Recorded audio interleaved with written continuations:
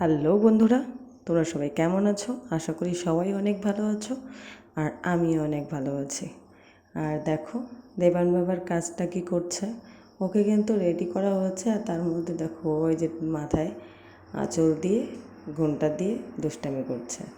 আমিও কিন্তু সাথে রেডি হয়ে গেছি। রেডি হয়ে ওকে এখনও পুরোপুরি রেডি করা হয়নি, ওকে একটু টিপ পরাবো।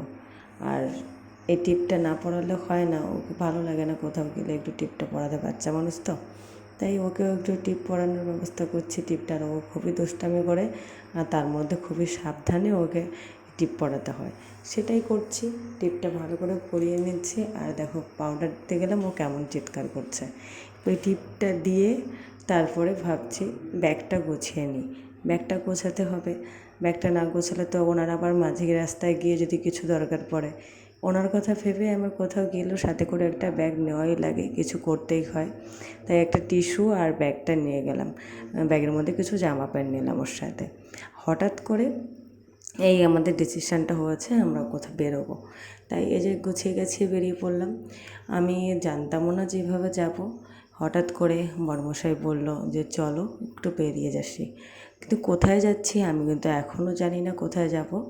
আমাকে বলেছে, আমিও রেডি হয়েছি, ঠিক আছে, গাড়ি তো আছে, রাস্তায় ঘুরতে তো পারবো, সেই চিন্তা করে চলে আসলাম। কেন ঘুরতে খুবই ভালো লাগে। আমরা ঘরের বউরা বেশিরভাগই মানুষ ঘরে আটকা থাকি, যখন একটু সুযোগ পাই বাইরে একটু ঘুরতে যেতে পারি, খুবই মজা লাগে। আর সেই কারণে ভাবলাম যে না, যাই হোক না কেন টোটোতে বসে অন্তত একটু বিকেলের হাওয়াটা অন্তত খেতে পারবো। আর সেই কারণে চলে আসলাম। এই জায়গায় কৃষ্ণচূড়া গাছটাও খুব দারুণ লাগছিল, পিছনে বসেছিলাম। ছেলে কিন্তু প্রচুর জ্বালাতন করছিল, তাই ভাবলাম যে না, ও সামনে যেতে চাইছে, ওকে নিয়ে সামনেই বসি। তো সেইভাবেই সামনে বসে পড়লাম। ক্যামেরাটা দেখো ধরে হাত মাত ঘুরিয়ে তার উল্টো করে দিচ্ছে, আমাদের মুখটুক পুরোপুরি উল্টো হয়ে যাচ্ছে। সেইভাবেই রেখেছি আমি, আর এটা চেঞ্জ করে নিই। যে ছেলে কী করেছে সেটাও তোমাদের সাথে দেখালাম। আর রাস্তাটা কিন্তু খুব সুন্দর লাগছিলো বিকেল টাইমটায়, কিন্তু গরমটা কিন্তু প্রচুর ছিল।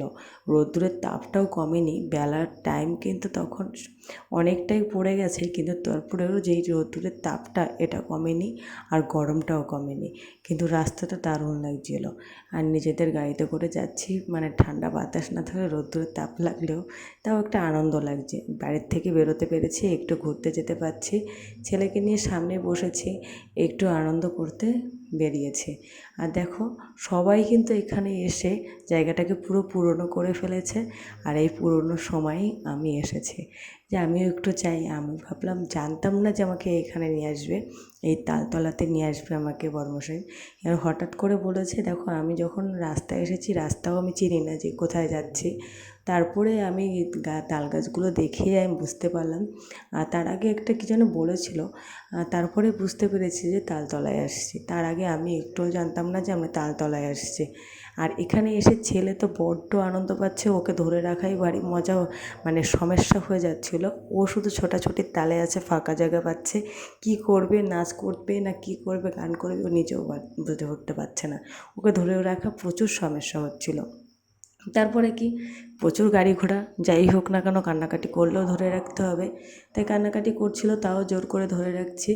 যে কান্নাকাটি করলেও এই গাড়ি ঘোড়া মানে প্রচুর পরিমাণে বাইক এই জায়গাতে জোরে জোরে যাচ্ছিলো, যে কারণে ওকে ছাড়াটা একদমই সম্ভব হচ্ছে না, যে ওকে ছাড়লেও বিপদ ঘটে যাবে। সেই কথা ভেবে ওকে আমি না হলে ওর বাবা দুজনে মিলে আমরা ধরে রাখছিলাম। এবার দুজনে মিলে ধরে তারপরে ভাবলাম যে না, এত রোদ্দুরের মধ্যে, আর এখানে প্রচুর রোদ্দুর, ছাওয়া নেই, তাই ভাবলাম যে না, এত রোদ্দুরে থাকা যায় না। তাই আবার কি গাড়িতে উঠে পড়লাম যে না, বাড়ির দিকে হাঁটা দিই, বাড়ির দিকে যেতেই হবে, যখন এত রোদ্দুরে একটা বাচ্চাকে নিয়ে থাকা যায় না এতক্ষণ, আর তারপরে কোনো না কোনো সমস্যা হয়ে যেতে পারে। তাই ভাবলাম যে না, বাড়ির দিকে বেরিয়ে পড়ি। তাই বাড়ির দিকে চলে আসলাম, আর আস্তে আস্তে দেখো তালতলাকে একটু টাটাও দিয়ে দিলাম। টাটা দিয়ে বাড়ির দিকে হাঁটা দিলাম। আর এই জায়গাটাকে দেখো সূর্য যখন ডুবে ডুবে আসছিলো, দারুণ লাগছিলো। এখানেও দেখো ছেলে বায়না করছে যে ও সামনে যাবে। তারপরে আর কি বললাম যে তুমি সামনে